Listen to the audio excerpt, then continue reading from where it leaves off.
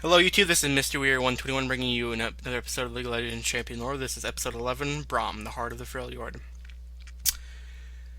Without further delay, let us begin. Would you like a bedtime story?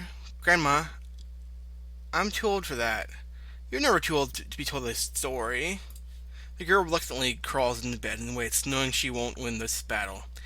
A bitter wind howls outside, whipping falling snow into devil's whirls. What kind of tale? The ice witch, perhaps? Her grandmother asked. No, not her. What about a story of Braum? She was met with silence. The old woman smiles. Oh, there are so many. My grandmother used to tell me of the time Braum protected our village from the great dragon. Or once this was long ago, he raced down a river of lava. Or she pauses, puts a finger on her lips. Have I told you how Braum got his shield? The girl shakes her head. The hearth fire snaps, holding off the wind. Well, in the mountains above our village lived a man named Braum. I know that. He mostly kept to his farm, tending his sheep and goats. But he was the kindest man anyone had ever met. He always had a smile on his face and a laugh on his lips.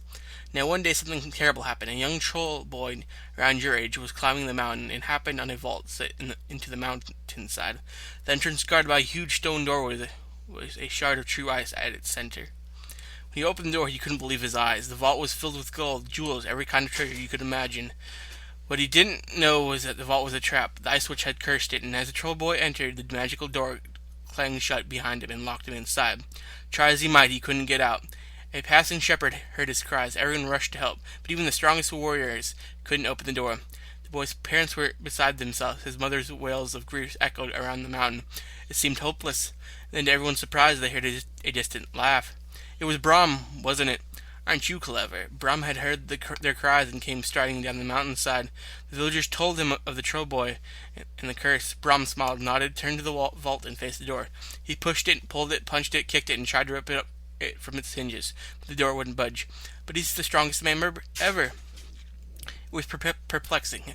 Her grandmother agreed. 4 days and nights Braum sat on a boulder trying to think of a solution. After all, a child's life was at stake. Then as the sun rose on the 5th day, his eyes widened and a broad grin lit up his face. If I can't go through the door, he said, then I'll have to go through. The girl thinks. Her eyes widened. The mountain. Braum headed to the summit and began punching his way straight down, pummeling into the stone, fist after fist, rocks flying in his wake until he had vanished deep into the mountain. As the villagers held their breath, the rock around the door crumbled, and when the dust cleared, they saw Braum standing amidst the treasure, the weak but happy troll boy in his arms. I knew he could do it. Before they could celebrate, everything began to rumble and shake. Braum's tunnel had weakened the mountaintop, and it was now caving in. Thinking quickly, Braum grabbed the enchanted door and held it above him like a shield, protecting them. The mountaintop collapsed all around them. When it was all over, Braum was amazed. There wasn't a single scratch on the door. Braum knew it was something very special.